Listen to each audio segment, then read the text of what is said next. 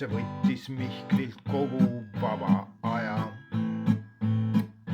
Edgar tegi treppi, Tonil valmis koomiks, teiste seaski polnud ainsatki loodrit. Kuni ühel õhtul keegi kloppis, ukse taga seisid konnaraiped troppis. Trügisid kõik sisse, bambud pandi maha, vaatasid siis ringi, Burrow pole paha. Miski siin ei klapi, hüüdis vana Mäger. Kõik on korras, papi, vastas talle Kiitkon.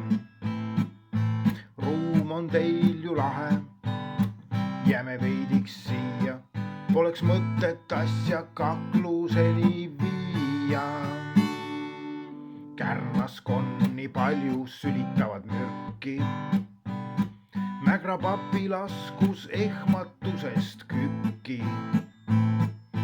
Jäidki konnad majja, seadsid ennast sisse, omakorda võtsid sõpru korterisse.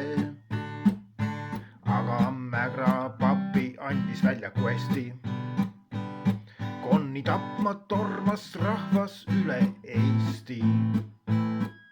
See ei ole teada, kuidas lõppes quest, aga meie mäng on kindlasti see best.